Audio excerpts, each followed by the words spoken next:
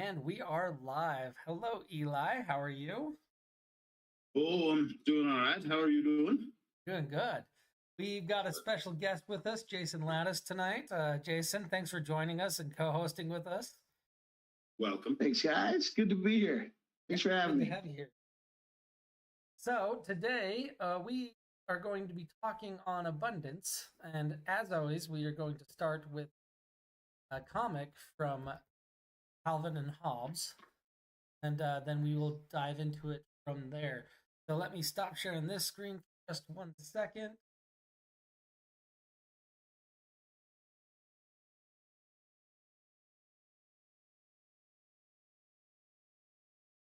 Smooth with the operations.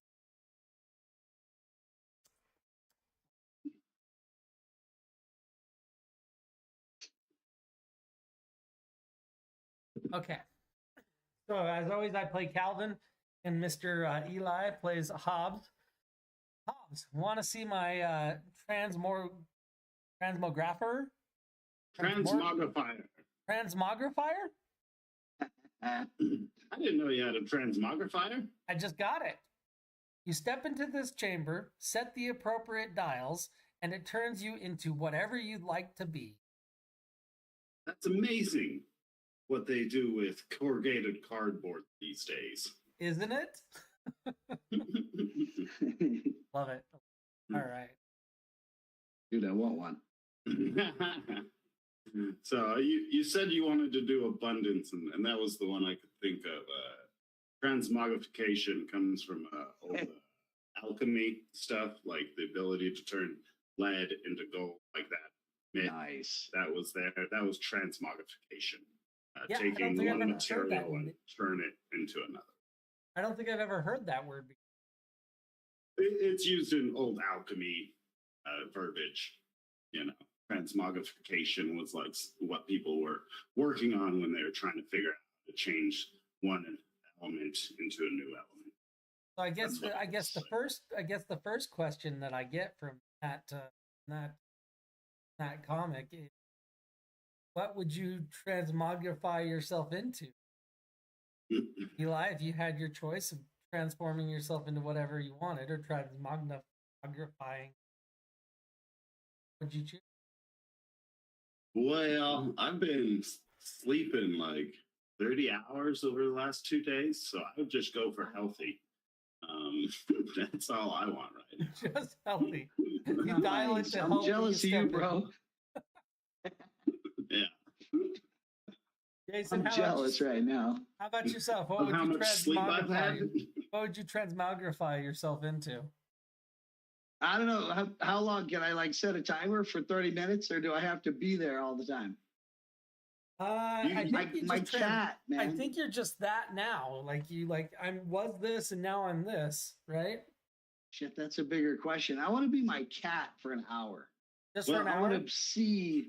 I want to see what they see. Those little suckers see other dimensions. And I want to try that out for a minute.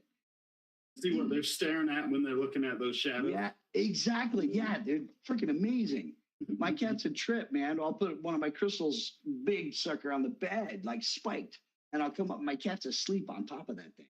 Huh. Oh yeah. He tracks down our big crystals and hangs out with them, but he trips out on some wild stuff in the background in the distance, like I'm not even there, and I want to know what he's watching.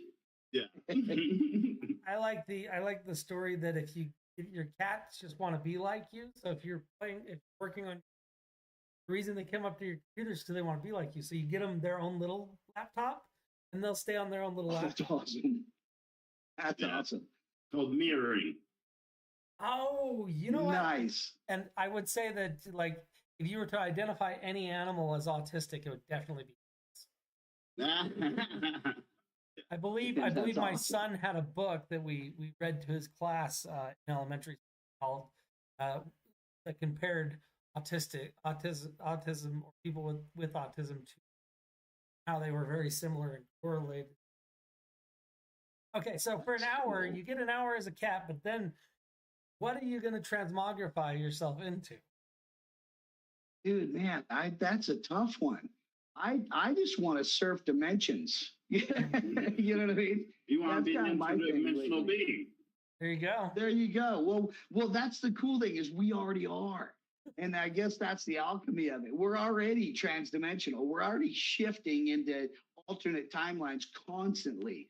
And I guess I just want to be able to witness it a little bit better. You know what I mean? So there you go. I want to be a astral surfer. So Okay. I'm gonna say I'm gonna say healthy. Unfortunately, I'm gonna have to go with the dry one because recent heart scare. Yeah. Yeah. I think Becca would be mad at me if I transmogrified into anything. Yeah. But what if you have to become like a person? Like you have to pick some. Oh, if I had to pick somebody to become? Oh man, that's difficult. Like you can't just say a healthy me. Like it needs the model to turn you into. Oh geez, that's awful. And so now you just have to be somebody else. Well, wait, do I still get to be my brain, or do I just have to be? Yeah, it's still your brain. It's just body. the body. Okay, yeah. I'm definitely picking. There's my wife took pictures of this gay couple. Guy, Lucky, gorgeous, and just fit. That's who I transmogrify myself in. Body wise, yeah, absolutely. Yeah. Lucky boy. Yeah. So, and actually, her picture made the Huffington Post. So it was an impressive picture. All right, it looks like we've got an audience member. Hey, would you like to answer this question? If you would, go ahead and raise your hand. It's that icon in the bottom left. Here, I'll stop sharing and I'll show you. It's easy. That icon. There it is. Nice. Yeah. All right, let me get back to my Miingl screen.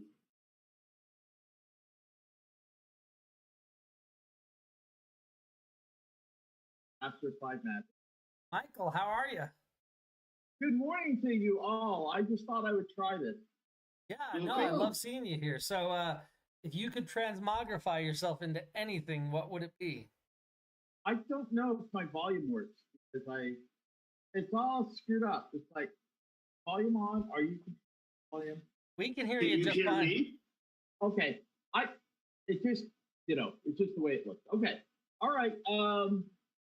I think I would.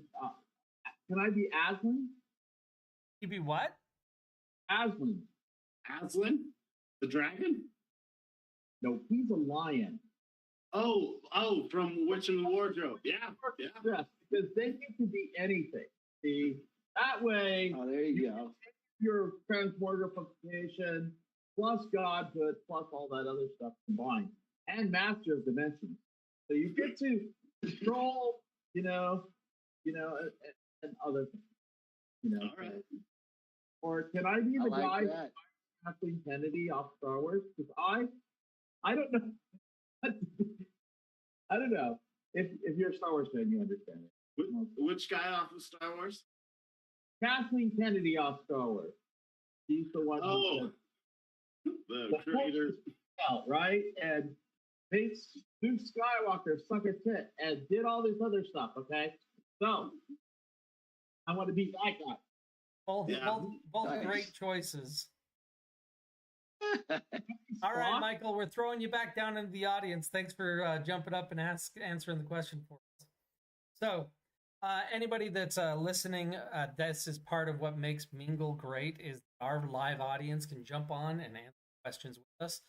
If you're looking at our live stream now, you could. I just popped a link into the chat. You can see us live and questions. So, anyway, today we wanted to talk on abundance, and I can see how what you're talking about is abundance, right? Because you can kind of go in there and make a choice on abundance. Also, it's made out of cardboard, the machine, right? Like that was. I think there's two sides to that. Yeah. That it's a cheap, easy machine that you can now do anything. Is that how you see abundance? It's a cheap, easy machine that you now can do anything with. Yeah, Pretty much. So actually, you know what? That's a good question. tell me what you think. How do you describe abundance, or what is the way you describe abundance? I'll start with Jason this time. How do you describe abundance, and not necessarily how you get it, but just what abundance is? Well, see, it's different for everyone. So many people think of abundance as money, all the money in the world, right? But as we all know, you can be a millionaire and still be miserable. And it's the abundance of love and being surrounded by what you desire, in abundant amounts. You know what I mean? And everybody's going to fill that in a little bit different, right? I'm sure money will be included for most of us. But abundance, when you break it down, it's everybody wants to be seen, known, recognized, and loved, and know they're safe. So there's abundance right there. And then just fill in between the lines, and everyone else will have something else to put in that area. You know what I mean? No, I like it. Why? What do you think? How do you define abundance? For me, it's more of a resource thing. Cheap and easy access. But also, I think part of abundance is what I consume. I don't have to consume as much of it, right? Like the water that I use, if a lot of it can be repurposed without having to spend more energy and time on it to clean it for every purpose I have, right? So like a great example of this is the water you use to wash your hands become the water in the back of your toilet for when you flush it, right? That helps create abundance because I'm not just burning through resources, but the resources I'm using, I can use over and over again until it needs to go back through this process to where we refine our resource again. So I think that's abundance for me, is that it's quick and easy access to the resources I need, and that the resources that I use are reusable before the energy needs to be spent to refine it again so that it can be used again. What if you were abundant with so much water you didn't know what to do with it? Then we have problems. So abundant. Yeah. Then we're flooded. We're flooded. Nice. Well, I mean, honestly, it's interesting because I recently, it was an Alan Watts talk. I don't know why Alan Watts. That guy, I swear he talks about everything.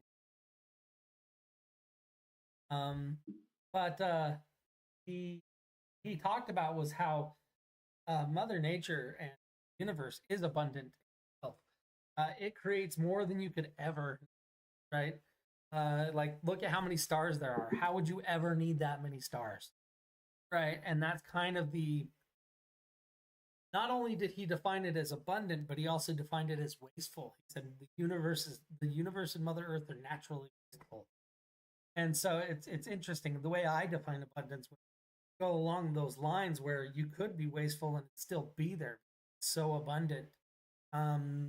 And it just, you could accidentally step in it constantly, right?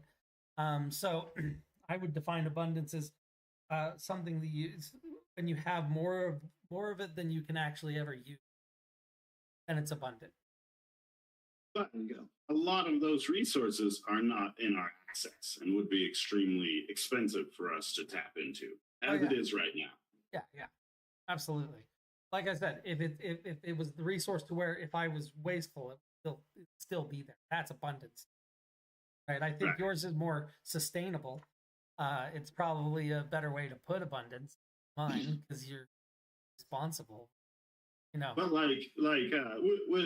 water, right? It's like, well, what if there's just so much water? More people drowned in the desert than anything else. That is what kills people in the desert by popular demand or popular number. It's too much water, right? The flash flood comes and you're in the desert. Now, a lot of people are very thirsty in the desert, but more of them die from a flash flood. So there's a problem with just too much of it being dumped on at one time, of anything, right? Yep. And so cheap and easy access, but also the resources I need can be allocated down and treated appropriately. Thus, that giant abundance doesn't need to be there. Interesting. Yeah, no, I like it. So, the reason I wanted to talk on abundance recently is coming across an idea. I think Jason will in this one. But the idea was that within my head, there are, and in my body, there are emotions, thoughts, and my past that I'll never get rid of. It'll always be there. And I kind of, you think about that as like taking up space. I was really good, and I think everybody's really good at recognizing the negative emotions, categorizing them, organizing in their own space, right, or within. And we often we're really good at the big joys and the big wins, right? Like getting married, having kids. Those ones are on display. They're categorized. They're organized exactly where. But the way I described it was most of my joys and most of my wins are scattered along the floor, and precariously piled across the walls, right, and in the corners and stacked on top of each other, not labeled or anything like that. So I started thinking, okay, well, if I'm going to be calling in abundance, and obviously it's with launching this application, we're hoping to call in abundance of users, abundance of capital, like we're calling in all the power of abundance that we possibly could as a team. If I'm going to do that, I need to categorize my small wins and organize them to make room for abundance within myself. And so I reenacted my my gratitude hashtag. I did a gratitude hashtag about 5 years ago. It was hashtag 365 in the 80s. And what I did was I did a gratitude post every day for 365 days. And I'll tell you, it changed nothing for me. Because I was already grateful for these. These are the things that I had categorized. Now I'm doing a little bit different. I'm doing appreciation instead of gratitude. And I'm doing appreciation for the small thing, right? Like, so for example, today's was Hanlin's razor. Eli, by the way, I say it wrong all the time. Hanlin's razor, which is do not attribute to malice that which can be attributed to stupidity. And I appreciate that razor because it helps me when I'm driving my car and some asshole doesn't. So I guess the question I have, and what that brings. Real quick. So just to correct that language there, not some asshole, some idiot. Yes, exactly. Right? And that is the change you're working on. Yeah. I'm working on it. And that's why I appreciate that razor, right? So I guess the question here is like, do you think that that I'm on to something? Do you want to add to it? I'd love to hear your thoughts on it. And we can start with Eli. Like, tell me what you think about that thought process. And do you think it'll be helpful, or do you think there's anything to add to it? I'd love to hear it. Oh, no, certainly. I think a lot of people feel disconnected with other people, and they're just kind of going about their lives how they are. I think, even when people hear mean comments on the internet towards them or others, sometimes that person just isn't thinking about what they're saying, or they feel so disconnected they don't think another person is hearing this. Well, right? I'm not talking about Hanlon's razor. I'm talking about the abundance practice and categorize small things. Oh, not the malice to stupidity. No. That was just what I appreciated today. Oh, okay. I'm saying, although I completely agree with you. And we can go down that rabbit hole if you'd like, and then we can come back to the other question. No, go ahead and restate your question. I just didn't. So I was wondering if this appreciation of the small things and the categorizing, do you believe that is a key step to actually moving into a state of abundance as a person? And when I say abundance, I'm talking more of the energy abundance, the calling forth of things that I need in order to achieve what I'd like, and what I desire. Or is there something you like to add? Do you have your own kind of practice that you use to, kind of set yourself in that space of of thriving instead of surviving. Just anything you want to add to it. Love to hear. I notice people who are getting very frustrated about these little things and letting them upset them over and over again. It begins to spiral and bundle, and they end up getting in their own way.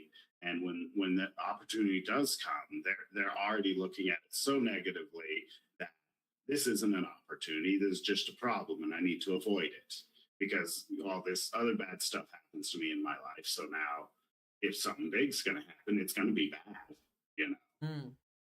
And that's, I think, just appreciating the little things helps you appreciate the bigger things in the long run, mostly because you don't get caught in this waterfall that's kind of just taking you away in this direction where you just feel like everything is going to be bad. Yeah. So I think appreciation helps you get on the good waterfall, the one with rainbows, not piranhas. Rainbows, not piranhas. I love it. Jason, what about you? What's your? I'm sure you have a ton to talk on this subject. I know, I'm taking it slow.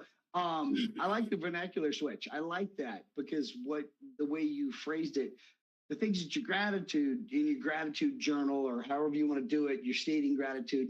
These are things I already appreciate. You know, usually you're already in gratitude for it, and it's good. It's good to reinforce that. It's good to say it. It's good to voice it. But I like that switch to things that I appreciate because as soon as you said that, my mind went to what are the smaller things? You know, everybody's like, I'm in gratitude for my wife and my kids and my house and you know what I mean, and the money in my bank. But it's those small things that you actually appreciate. You know, it's what came to me, and it may sound dorky to you, but I'm a dork, so I'm right there. Was rubbing my feet before bed. And this is just something I learned years ago. And my wife said something to me, you know, Joy. And I said, I'm actually just appreciating my feet because of what they do for me. I walk on these suckers every single day. You know what I mean? I walk on their backs all day long. And when I give myself a foot rub, when we do events, and sometimes at the end of a weekend event, you can hardly walk. And she goes, I never thought of it that way. What, expand on that. And I said, what I just said to you. And she's like, oh shit. Sorry, I didn't mean to say shit. I won't say shit again. You better not say shit again. Shit. So anyway, it's having the appreciation for things that support you and little things like that. Like I said, I really like that vernacular switch. That made a lot of sense. I appreciate that. Yeah. It looks like we got a comment from Michael audience. All right. Hello again, Michael. Hi, I'm just learning about this right now. So when you guys when I'm in the audience, does the chat show up for you guys to be able to interact with? No, I have to flip over to it. Sorry. But I can switch to see it. Yeah. I'm just because I don't know what the experience is like. So like when you guys were making comments, I was like, just like oh yes, I see you now. Experience. So like often life is lived in the small moments. So and people are halted on the Maslow's hierarchy of needs, right? And when they can't achieve that, then they divert their attention to something else. Like if you know that you can't pay your car insurance, right? So then what you do is you start listening to an Audible book because you know that you won't be able to have car insurance. So you're filling yourself in with all these other things, and they're filled with distraction. So when I had people call into the radio station, a lot of times I really couldn't help them because I knew that, for example, that. So I was asking, so that was that. And this thing, when people are like in the audience, it's very important to dip in. Otherwise, you lose your audience because they're used to Twitch. Hey, that's just me, okay? I'm just a small guy in a small world, and I'm just like, if you guys run the room, please remember that there are people that are chatting over here. Yep. And that you're right. I should have been watching chat, and I totally spaced it. Yep. So, thank you, Michael, for pointing it out. And luckily, when in the next release, we are actually going to have a ding, so that way we hear when the chat goes off. Because right now we have no idea when a chat has gone off, And that was just an overlook of the first draft of this beta. So, Michael, I appreciate it. All right, so let's go. Let's move on. I'm gonna back, and then Eli watch that chat for us. I appreciate that. Nice. Now, it's interesting because what I've noticed is that even in the last 3 days, because like I said, the grateful post did absolutely jack for me. Not change my perspective. Everybody's like, oh, if you're grateful, you're fantastic. You're going to be positive. No, it didn't work. And I figured it was just because I was cynical. But I have noticed that when I'm driving or when I'm doing something, when I think of this appreciation, like appreciate something, I find myself thinking negatively, and then it turns into, oh, what? Wait, hold on a second. What are you actually? And I hate to bring up the car again. Car is a good one because if I'm driving and angry, I start to just think, wait, I can drive in one day what used to take months and family members dying to, right? I've got this little machine that has explosions in it and propels me forward at very fast speeds. I've got all this power at my fingertips, and I'm complaining because somebody cut me off, right? Like it's like when you put it in that kind of perspective, when you put it in the appreciation perspective, the negative things almost look ridiculous, right? So I guess my next question is, and we'll start with Jason on this one. What's something that you were negative about that you can kind of flip and be appreciative about it, and that's where you're you're really making those. Well, it's interesting you say that because one, and I can really appreciate the car thing because that happens constantly to all of us. One, I'm going to shift this just a little bit and hopefully still work on that question. I always ask my clients, try when you wake up, and I've got a process of, brainwaves, meditation, different things that I have them do, but try to go an hour completely neutral without judging anything. And finding that neutral space, because as soon as you said that guy was smart, stupid, an idiot, whatever you said about them, you judge them, you don't even know. And that's just shit you're making up in your head. It really is. We do this all day long. We live in our head and we have these conversations with ourselves. And I see this guy pull up in a big old truck behind me, and I automatically paint this picture of who it is. And we all go through it. But the question I always ask my clients is, can you go completely neutral? Do it for 20 minutes. Most people that I know can't make it an hour, especially if they're on the way to work, right? Because they see something, they judge it, they identify it, and that's just a perception. And so all the things that you're talking about are just perception. All we're doing is changing the freaking story in our head. You know what I mean? And that's really all it is it's that self-talk, it's that story, it's that childhood programming that says this means this. And that's not a truth. It's just what some well-meaning told you when you were a kid. And we live that out until, like you just did, until we identify it and then change it. So it evidently wasn't a fact. It was just a truth. And the truth is just a thought you keep thinking. And we keep thinking this shit in our heads again and again and again. And it's just this thought. But for some reason, we think it's a truth. And so I think I went haywire at answering your question. But I work so much with my clients on that. It's just, can you be neutral? Yeah. Try and make it work. I like the neutral without judging anyone. But I'm gonna bring few people can even make it. I like the neutral, and I think you're absolutely right. But I'm gonna bring you back to the question: what's one thing that you found negative that you shifted appreciation, and how did you do? You know what? I won't use straight terms, but it's a certain type of person, right? Because as a kid, I had an uncle that was a certain way, right? He was a rodeo cowboy, and I'll let you build in your mind on what that might mean. But he was very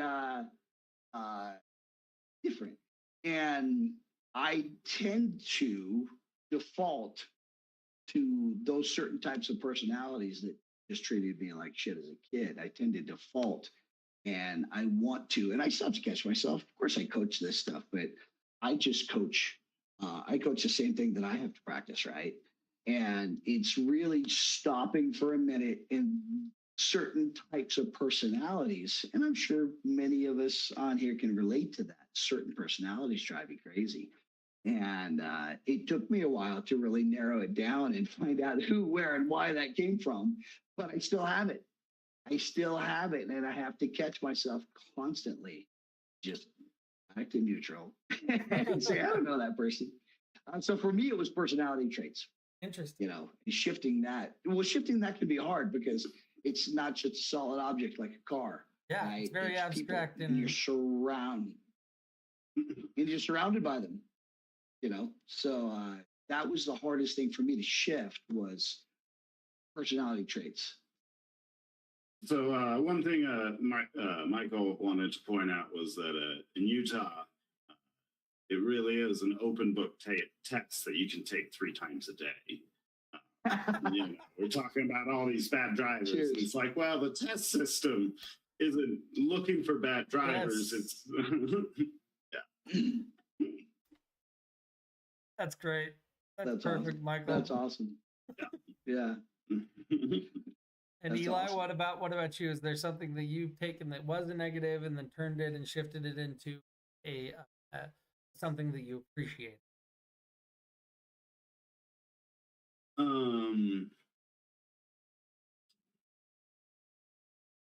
mean, I went blind for a little bit. I appreciate the things I can see. Yeah, that's cool. Yeah, but I often, you know, like you, Jason, appreciate the things my body can do for me. You know, yeah. I definitely do. I've known people with different handicaps and whatnot, and my mom, she was a nurse practitioner, and she would do in-house work sometimes, and I'd go help her on occasion, and sometimes they were quadriplegics, you know. Yeah. And so I definitely appreciate what my body can do for me. I really do. You know, I complained about health earlier. Other people could be like, no, I've got a lot more. I need that transmogrifier for. You know, you just been sick for a couple days. That's nothing. It's. I heard this recently. The level of your suck does not make my suck any less. Yes, good point. Have you ever noticed on that, Jake, that when you, and I'm going to talk about your average human, I'm going to generalize here, you go to an event, a party, a dinner, and you walk in and you're like, oh my God, I got out of the car. My kneecap so hard, or whatever. You had an injury, you just got out of the hospital. And there'll be a couple people that will have some empathy for you. But generally, humans like to compare pain. And at least 3 people will tell you how they've been hurt worse than you, which automatically just dismisses everything you said, right? But take note to that the next time you're in a crowd and you say, oh my God, I did this, I broke my leg or whatever. You'll get a handful of people. And it's an interesting human, and it's almost like we've been trained that way, but we compare pains. And how crazy is that when you think about it? Like you came in pain, and I wanted to win the show by being in more pain than you. I think there are those that do the one-upsmanship. Yeah. It's a very masculine trait. Right? Definitely one of those masculine energies. Compete almost on every front. Well, that is, but isn't that great that you can compete and have more pain than anybody else in the room? Absolutely. And you can victimize yourself more than anybody else. That's awesome. I'm going to play. But women will do this too. I'm going to play a bit. Well, women can have masculine traits. I'm saying it's a masculine energy to compete, to get done, right? And I'll agree with you to a point, but it's not a winning. It's humans tend to compare pain Yeah. and value themselves by the amount of pain and struggle they have to go through to get to where they are. Yeah. And So it's fascinating to watch. I want to play a bit of devil's advocate for you, because Good. me, as somebody who had a very hard time empathizing, or Yeah. at least communicating my empathy. What I will often do is, when somebody is explaining their pain to me, I will find something in my memory that will compare it to. So I'll find myself telling them a story about a pain I had, but it's more along the lines of, so that I understand what you're going through when you busted your leg, because I remember this time when I got thrown into the air as a kid and I came down and I broke my foot. Right. And that sucks. I'm sorry. That I hurts. get. Yep. Right. And sometimes that's relating. Sometimes we forget, though, to say the relating part where, oh, that really sucks. Yes. We just say the story because that's how we realize. So I would say that maybe two of those are trying to outdo the other one. I think one is probably just trying to empathize, and that's the only way they know how. Michael, it looked like you had your hand up and then you pulled it down. If you still want to come up, I can raise. Yeah, perfect. Okay. Yes, this is practicing the audience thing. But anyway, so I'm just going to make a point really quick. For men, an emotion is a problem to be solved. For women, often it's an emotion, it's something to share. So if you have, like, for example, I remember the 10-year-old boy comes up to me and says, the kids are picking on me at school. I says, you go take that biggest kid, you slam him into the locker in front of all his friends and God and everyone. I want to see a broken home, you know? See, and you can't. And so I want no more of any of you getting picked on. If you don't do it, I'm going to make sure that your life is living hell at home too. You better go and make sure you find that guy, right? You told him to fight, yeah, but guess what? He's not going to take it. See the difference? Now, if you say that to a woman, she'll be like, "All these girls are yelling and they're doing touching and stuff," and it's supposed to be scared, so they don't really see it as a problem. So a lot of times when men and women talk, they'll want to share that emotion with you, and you'll want to solve the problem, but that's not what you really want. Mm-hmm. Yes. She just wants to share with you. Yeah, absolutely. Men want to solve the problem as opposed to ask. Problem to solve. I want a sandwich because I'm hungry. And she'll look at you and say, well, is he hungry? Does he just want attention? Did I not make the other sandwich good enough? Are there things that I could have done to laugh? No, I just want a sandwich, right? so therefore, there's goals that are very simple in that way, but it's just really, whatever my emotion is, I'm going to solve that thing. And so that's the aggressive part in when we gender flex male and female. Perfect. And that's why the first question in relationships is the man to the woman should be something in the manner of, do you want me to try and help you solve this, or do you just want to be heard? Yeah, that's questions you can ask. A lot of times go on, even though you just let it go on, and you just let it go on for a long, long time, right? Because that's how she's going to feel better. Now, your idea is, I'm going to grab that bitch who's been causing her problems, and I'm going to make sure she gets fired. Or I'm going to I'm going to short out half the company's stock, and you'll see what happens next. You know, so different things. See, and so, you know, for women, they're much more vicious, passive aggressive because they can't use the physical. Like, so, because if two guys get in an argument, they get in a heated argument, there could be a lot of violence really quick. And women, they can't really do that. All right. Well, thanks for the addition, Michael. And I personally like to move away from the concept of woman man and move more towards the concept of feminine masculine, and those energies exist within all of us. I tend to find myself much more along the lines of a feminine and masculine energy. I'm definitely still masculine, but I definitely identify with emotional and that flow. And we could definitely do an entire other episode on that subject. So I'll probably try to avoid that for now, and we'll probably save that for a later episode. Let's get back to abundance. So another question, and Eli, we'll start with you. Do you have any abundance practice that you've tried that was absolute garbage? An abundance practice. Yes. That just didn't work for you. Like my gratitude one. Like it just didn't work.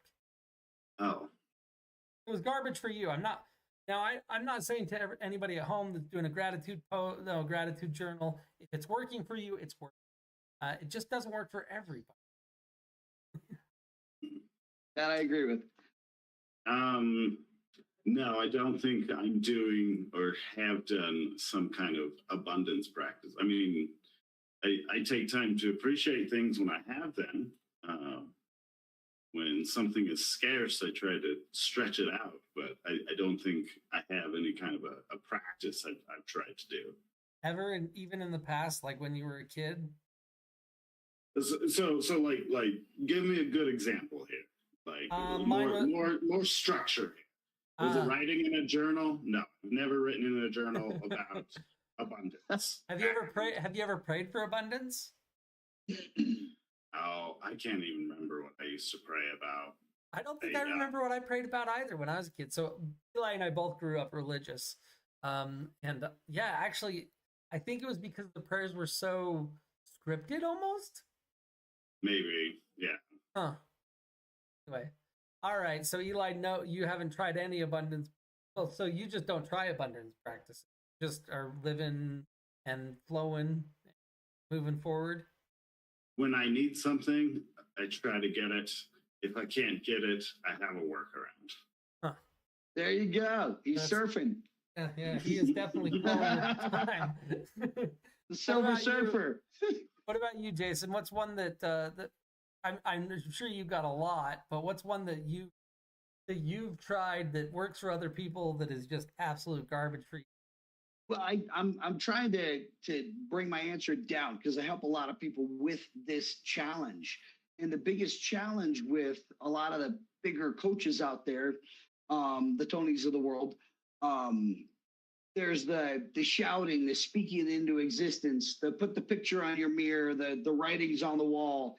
And the biggest challenge, and I do a lot of brainwave neuroplasticity work with people, is, and so it would take a little bit of background to explain this deeper, but we're operating right now in beta brainwave, right? It's that active brainwave where we're problem solving and we're figuring shit out, okay? But a lot of these challenges and blocks that have given us the victim consciousness that we have were written when we were a child. Totally different brainwave. So the jumping up and down, the hooting and the hollering and putting pictures on your mirror and everything, that works great while you're at the seminar. And then people come home from the seminar and Monday, they don't want to get out of bed. They're like, God, I was happy all weekend. This sucks. You know what I mean? Yeah. And so they put the picture on the mirror and they write something on the mirror and they do all these things and they say all these things every morning. The biggest challenge is we're doing it in that beta brainwave, which is connected directly to your ego. And you can't rewrite these patterns when you're there. You got to drop down into a deeper brainwave and fix where that block is. So most of these are, like I said, most of these things are just blocks that were written as a kid, like me and that personality trait, right? Well, I finally figured out who it was in my life and I was able to do away with that. But like I said, in the longer answer, it's really just understanding it's not what you do or say, it's what you truly believe in here. And that's where you got to make that shift. You know what I mean? That makes sense? No. Well, I mean, in psychology, it makes sense too, because they say that a lot of healing from traumas is dealing with the mentality you're in when you experience that trauma. So if you experience that trauma as a child, which child has 2 points of reference, good, bad, right? And if you're not, from a psychological standpoint, if you're not talking to a child that only understands good, bad, you're not getting anywhere, right? Like it's just bad. And just bad, right? And that's kind of just how the PTSD works, especially when childhood related. So I completely agree. It's a great way of thinking about it. And I had the unfortunate opportunity to see Tony Robbins last week. And nice. I left in the middle of his talk. Like what? He made fun of the youngins complaining about the economy, and he made fun of racism, and like it was a lot of that. A lot of these self-help gurus that I just don't like is like not taking and not allowing for anything to be outside of their control. So the problem with that is there are things that are outside of your control, and if you blame that on yourself, you're going to go around blaming all of this stuff on yourself. And so a lot of those big gurus, I feel, they tend to make you feel guilty or blame yourself because you're thinking wrong or you're doing these things, to buy their book or buy their workshop or buy their seminar, and then it doesn't teach you shit and you get nothing from it and they get rich. So it's that seminar mentality. You get there and you're so pumped up and you're screaming and yelling. Of course you feel good. You're in a room of 1,000 people that are all screaming and yelling positive things, and then you go home, get out of bed, and you're the only one there, and you're like, I got to deal with life again. But the book sales and everything else happen at the event.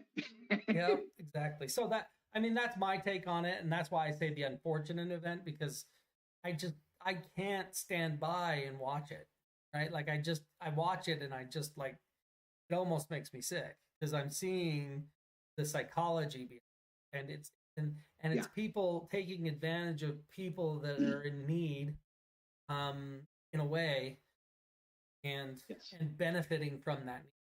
And that's just,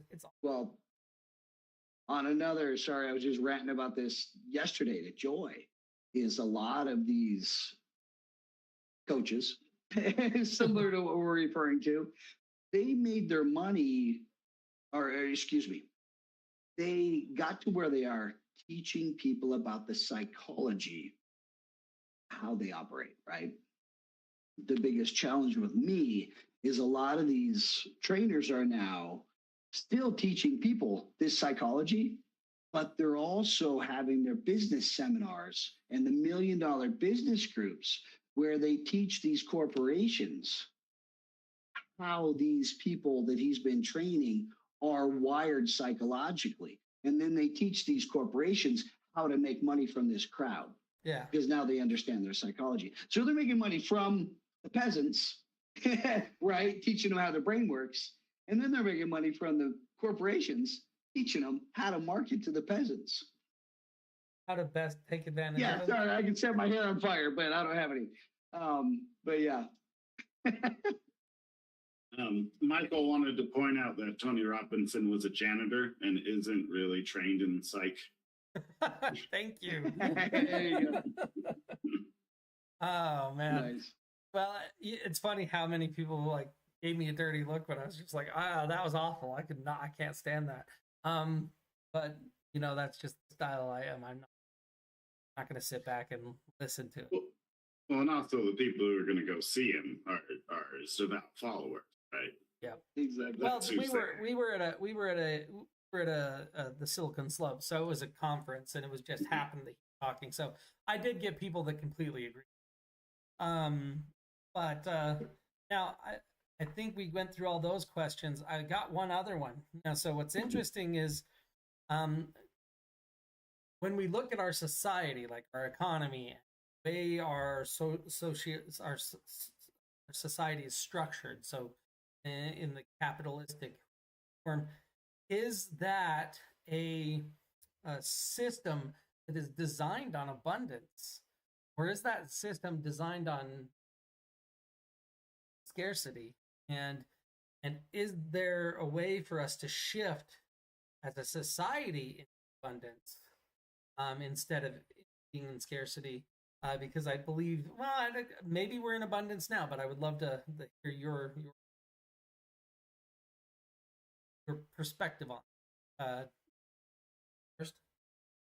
I do think we're kind of built on scarcity, and and the show of that is hoard all you can and share it with no one. I think great examples of this is there are common things we could share in smaller communities that we don't. We try to one up each other. All right. So a great example for this, keeping up with the Joneses. I want a bigger, better lawnmower than you, rather than being like, oh, you use a lawnmower once a week for 1 hour. So how often could that lawnmower be used if the community did it together? Now you could sell all your lawnmowers, buy a real nice riding one, and have it done so quickly, right? But that's not what we do. Everyone buys their own lawnmower, and when you have enough money and you want to show Tom down the street that you're better than him, you buy a bigger, better one than he has, right? And there's just entire cities full of hundreds of thousands of lawnmowers. When how many do we need? Now this is going beyond why do we have lawns, but that's how I see that we are in scarcity, because it's all take as much as you can. Act like there isn't enough. Right? Yeah. You know what? I think you can say the same thing about cars. Say the same thing about hotels, rental properties in general. You could say the same thing about a lot of things. Because it's yeah. So, but do you think that's inherent within the system? If it's not inherent, it's pretending to be that way. Gotcha. You know? And Michael, we'll get to you in just 1 second here. Jason, what about you? Well, our whole society is built around training us to buy. You know, as if it's going to run out. We're raised as consumers, and so it's all just. We were just talking about it. Tony Robbins understands psychology. So now he's not just teaching the masses to be better people, he's teaching the corporations how to take advantage of these people. He's feeding in both troughs, and it's really sad to watch. But we've been trained since we were a kid, and Marketing 101 is to make you feel scarce and feel better when you buy my product. So we've been trained since a kid. It just goes back to childhood programming. And that's, like I said, what I help people rewire is all that bullshit we were trained as a kid. You know, and that's just it. We were programmed as a child. The program was written before you were 13. Yeah. Well, so now do you think that's inherent within the a capitalist system or communist system? Oh, hell yeah. It's built around it. I mean, look at the, several hundred, look at the handful of families that kind of run our planet. Yeah. They've trained happy consumers. That's what they've done, entertain them and give them some bread and they'll never complain, and it's worked for centuries. Isn't the saying let them eat cake? That's a different one. Well, now they're similar. Exactly. Yeah. Give them cake and entertain them and they won't complain because they don't want to run out of cake. I'm thinking of something different, I think. Let them eat cake was something different. Yeah, there was a French young queen, and the French people were starving, and they were coming to her, and she had cakes made for her every day. And so when they came and said they're starving, she said, "Let them eat cake." And this was a slap into the face of the people. That was pretty much the comment that started a revolution against her. Yeah. But yeah, we're trained consumers. So of course we want something bigger and better because we're made to feel less if we don't have the new shiny one. It's all feeds on the psychological program we were raised in. Well, and I love to always take a step back and see if I can find it from a different angle and add a perspective. Not necessarily that I agree with this perspective, but if I am to think, some things in our system are within abundance, and we still pay for them, right? Like we don't stock up on food because we know we can go to the grocery, right? We have we rely on these things that we know will be there for us, and actually when they're not there for us, it makes mixed news. Now I do kind of agree that in a lot of things that it's scarcity mindset that, hey, I need to hold on to these. I word that I need to own this and I have this, but and I do think that that's inherent in any large system. Like start to be big big super organ, then it's kind of inherent that, hey, there's billions of us. Of course, we're going to run out of this thing, right? Like, it's kind of almost just a thought. But if there's only like 100 of us and we're all hanging out in a tropical rainforest and have plenty of things around us, we're not going to think that we need abundance. We're going to be like, oh yeah, you want my hut? Yeah, go ahead. I'll help you build the next one. It's just like, oh, this will be fun. Let's go build a hut. So it's just interesting to think about it in that perspective as we grow, the idea of scarcity becomes a little bit easier to think about because there's so many of us. And I don't know if anyone here can conceptualize what 7 billion people like that's a pretty insane number. But then again, you can't conceptualize how much wheat is out there, how much bread, or how much water, or how much milk, right? You don't know these things. You can't conceptualize those. So we assume that there's got to be a limit, right? There's got to be a limit somewhere. And what we often forget is that the universe is abundant and wasteful, right? Like that's natural for the. Anyway, Michael, let's pull you up and you can add to this. Okay, I just want to just talk a little bit about, let's say, rent and things that happen inside Utah.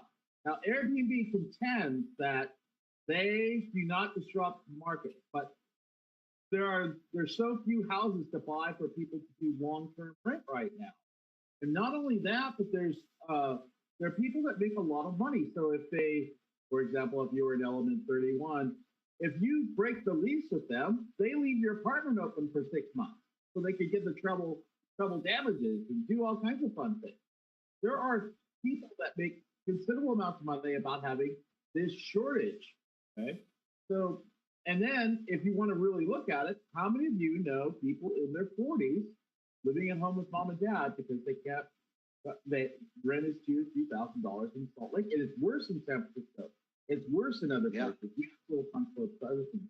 But for example, put a cap on how much you can charge for rent, it causes worse problems. If you try to subsidize rent, right, it causes worse problems. But when we have artificial people that are coming from, let's say, the state capital, Salt Lake wants to get rid of Airbnb inside their own little thing, and we are very much, let's have local control. It's the best control as close as you can. But then it started interfering with these people's ability to make money, and they said, no, don't do that. We're not going to allow you not to have Airbnb. We're going to make you, and every hotel suffers, every other place suffers because of that. And it's a matter of economics, and we literally short the people. If you think about it, food is kind of like, it's always in abundance for most of us, right?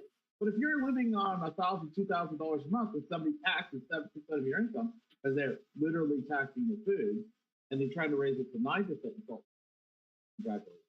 But if you're looking at that, you just start seeing that these people are starting functioning on Maslow's hierarchy needs. They're getting very much angrier because the first thing that I have to have security, food, security, shelter. And if I can't provide that, even though I might be working 60 hours, right, which a lot of people, there are people that are homeless that work 60 hours a week. That's 3 jobs. I'm just saying. So and other cities can be a lot worse. San Francisco, LA, other places, right? And so you say, well, they should just move or whatever type of thing. The problem is that you can't get to love, and you can't get until you can get to self-defense. And because it is a lot easier to have 10 guns in somebody's apartment than it is to have 1 cat. And the cat provides love and provide a lot of things, art, great, all those other things. And all the guns do is, oh, just give them more guns, give them some more bullets, give them some other. These things do not provide a stable society. There's really a shortage of love on one end because I love my children more than, and I can put my children first before yours, or even your family, or even a group of people. You know, we used to live in lodge houses. My ancestors did in the Viking, and yeah, they go a Viking, but okay, yeah. Anyway, but they used to live in lodge houses. Everybody lived in the same place. It wasn't a big deal, right? In Africa, they say, how do you know he's homeless? Well, he sleeps outside, but otherwise it's 85 degrees everywhere. You know, it's okay. You know? All right. Well, thanks again for the insightful commentary, Michael. I appreciate it. Yep, I just practicing for. All right. I like the idea of love being scarcity, so abundant. That was a good point. So abundance. Let's see. What do we have? An ending question? Anybody got a burning question that they wanna bring up for the last little bit of our conversation? Because we just over. So We are. You got one, Jason?